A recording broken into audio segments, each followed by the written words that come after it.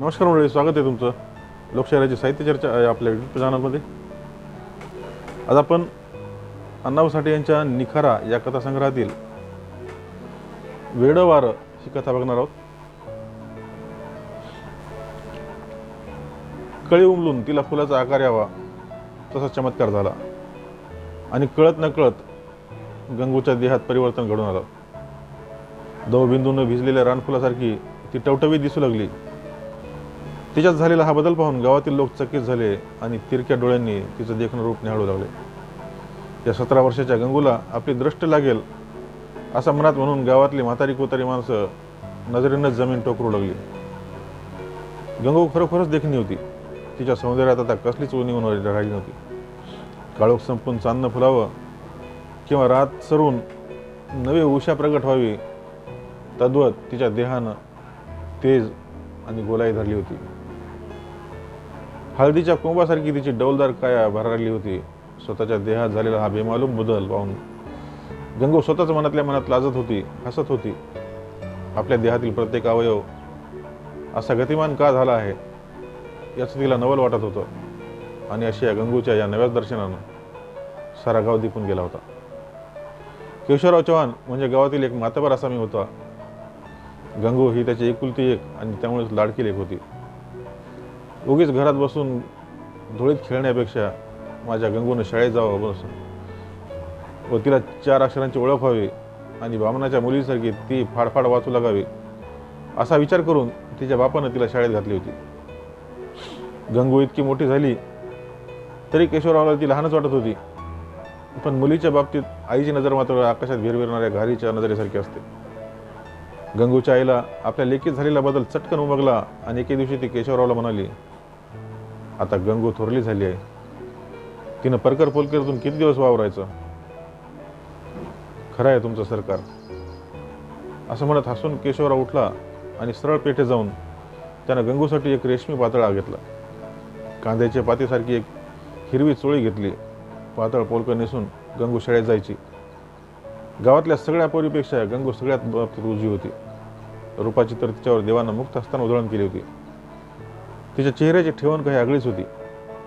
रेखीव भुवयांच्या खालचे तिचे पाणीदार काळे डोळे, गालावरचा तो तीळ, रुंद छाती, रसरशीत पोटऱ्यामुळे आपल्या लेकीला दृष्ट लागते की काय या भीतीनं तिची आई तिची दृष्ट काढी। आपल्याजवळ असलेल्या सौंदर्याची गंगूला जरी जाणीव होती तरी नजर नम्र होती। ती अबोल होती, लाजाळू होती। स्पर्श होताच पानाच्या पाकळ्याचा मुरटा करून घेणाऱ्या लाजाळाच्या झाडाचा लाजाळू गुणधर्म तिच्या देहात नांदत होता।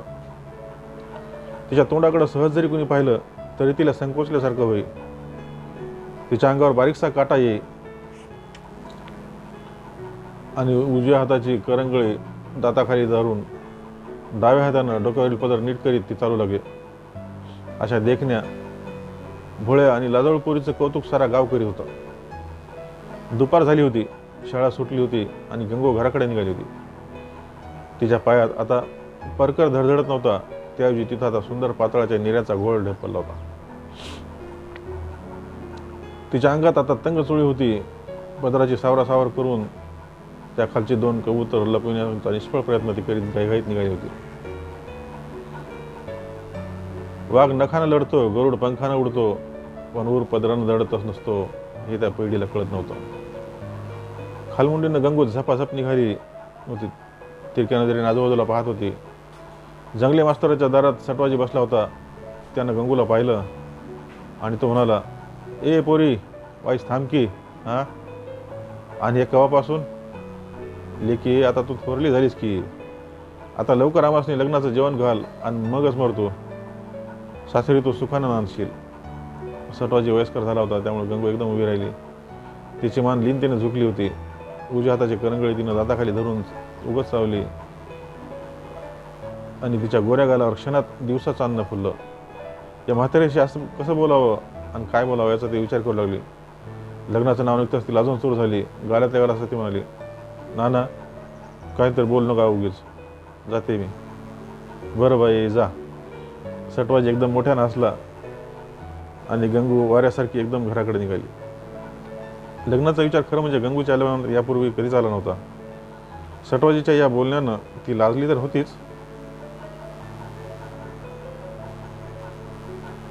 पण याहीपेक्षा मनात नाना प्रकारचे विचार येऊ लागले होते. कधी ना कधी माझं लग्न होणारच. गावातले सगळे लोक माझ्या लग्नाचा जेवण खाणार आणि मी सुखानं संसार करणार. माझं सुंदर माहेर सोडून परक्या घरी सासरी जाणार. मग तो संसार आणि नवरा आणि मुलं, गरुडासारखा माझा हा ऐटवा देह नष्ट होऊन त्याचे मग मी वागूळ होणार.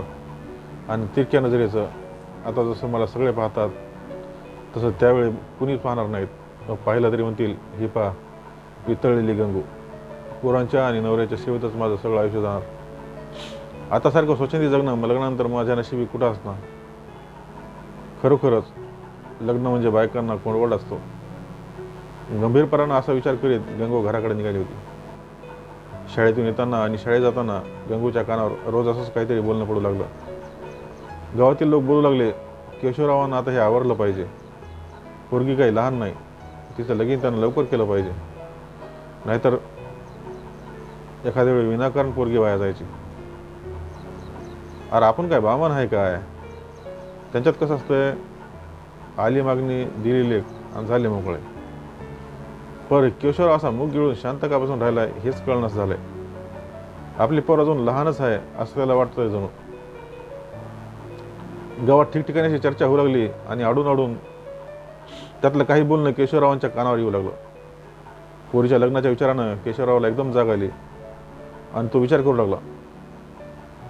गावातल्या आयाबाई केशवरावाला रस्त्यात अडून अधिकारवाणी म्हणू लागल्या, बाबा तुझी लेक उपवर झाली, आता तिचं लगीन करून टाक लवकर.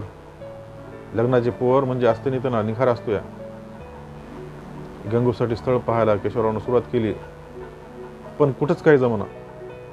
लग्नाची स्थळं आसपासच्या गावात तशी पुष्कळच होती, पण गंगूला योग्य असं स्थळ त्याला कुठं सापडना. लेखणेपणात उजवी असलेली आपली पोरगी शिक्षणातही मागं नाही. मग तिला गडगंज श्रीमंती आणि शिकलेलाच नवरा मिळाला पाहिजे असं त्याला वाटत होतं.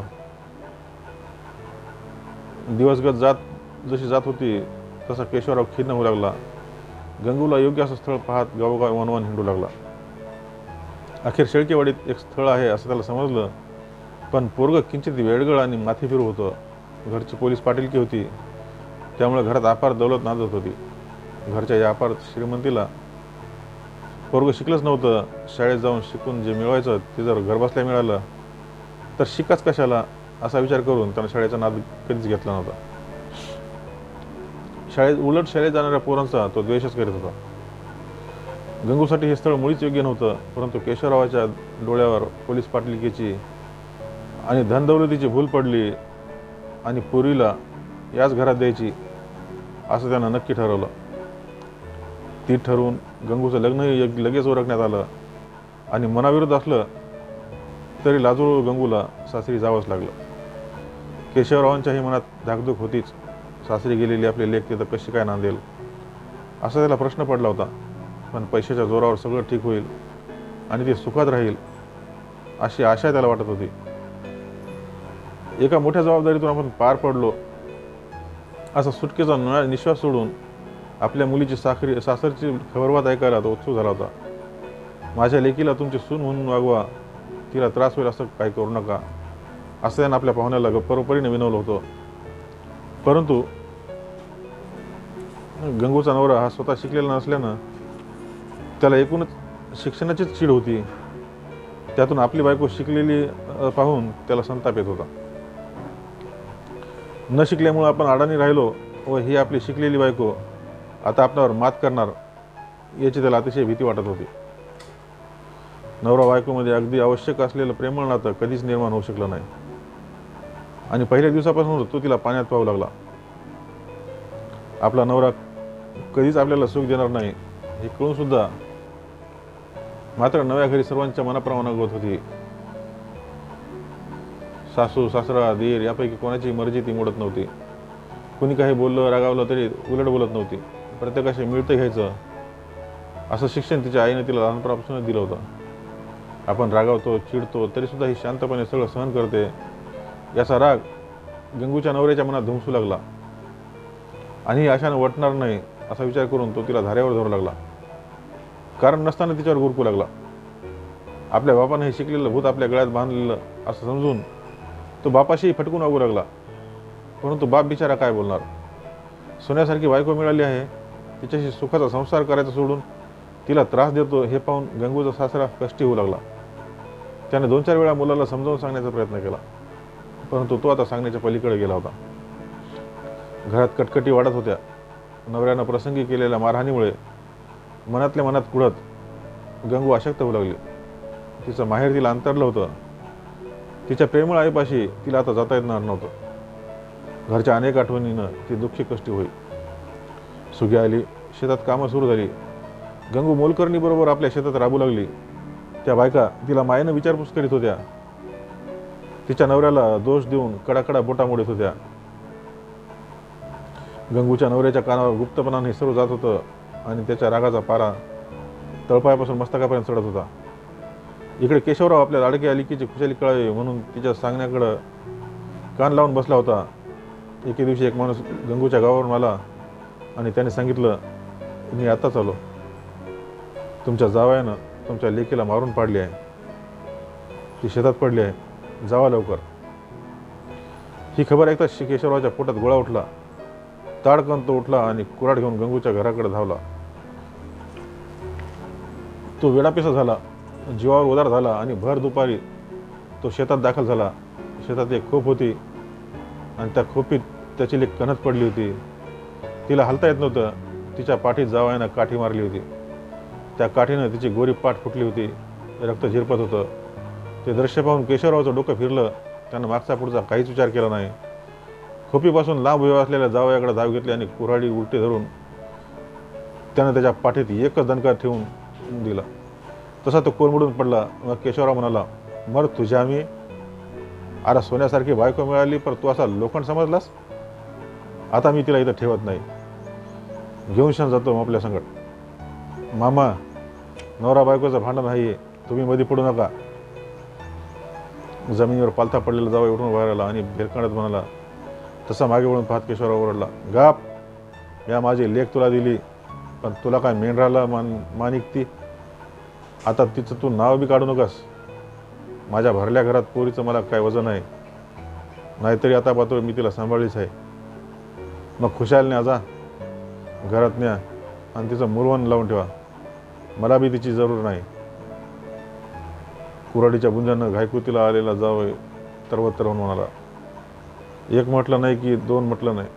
केशवरावानं गंगूचा सरळ हात धरला. तिला छातीशी धरून ममतेनं समजावली आणि जावयाकडे जळजळीत तिरका कटाक्ष टाकीत केशवराव गुमान चालायला लागला. गंगूची आई तिला बघून फार हळहळली. काठीच्या दणक्यानं पाठ फुटली होती. रक्त वाहून गोठलं होतं. जांभळा निळा वळ रसरसून पाठीवर उमटला होता. जखमीच्या दुहीनं अंगानं सूज तरतरून फुटली होती. गंगूच्या आईनं हळदीचा लेप काढला, पाठीवर घातला. रक्तचंदनाची बाहुली उघडली. तिचा लेप जखमीवर लावला. गालावर दोन्ही हाताची बोटं मोडून तिनं गंगूला आलाबाला घेतली आणि तिला गप झोपवली. गंगूच्या आईनं आता तिच्यावर टीप धरली होती. सकाळी उठल्या उठल्या म्हशीचं दूध 2 चंबू दूध ती तिला देत होती. गव्हाचा सांजा करून खायला घालीत होती. तिच्या मायेची अपूर्वाई उतू जात होती. गंगूचं काय करू आणि किती करू असं तिला झालं होतं. दिवसानं दिवस गेले आणि गंगू पुन्हा तरुण फुलली होती. एक नवी टवटवी तिच्या अंगावर पुन्हा झळकू लागली. ती आणखीन साजेरी दिसू लागली.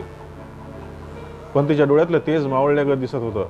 कुठेतरी टक लावून बघितल्यासारखी ती तशीच बघत राहिली होती. काही वेळ वाचायला घेत होती, पण एक पान उलटत नव्हती. डोळे अक्षरावर आणि मन गगनात फिरत होतं. कुणी हाक मारली तर बावरल्यासारखं करत होती. आईचं कौतुक भरायला आलं होतं.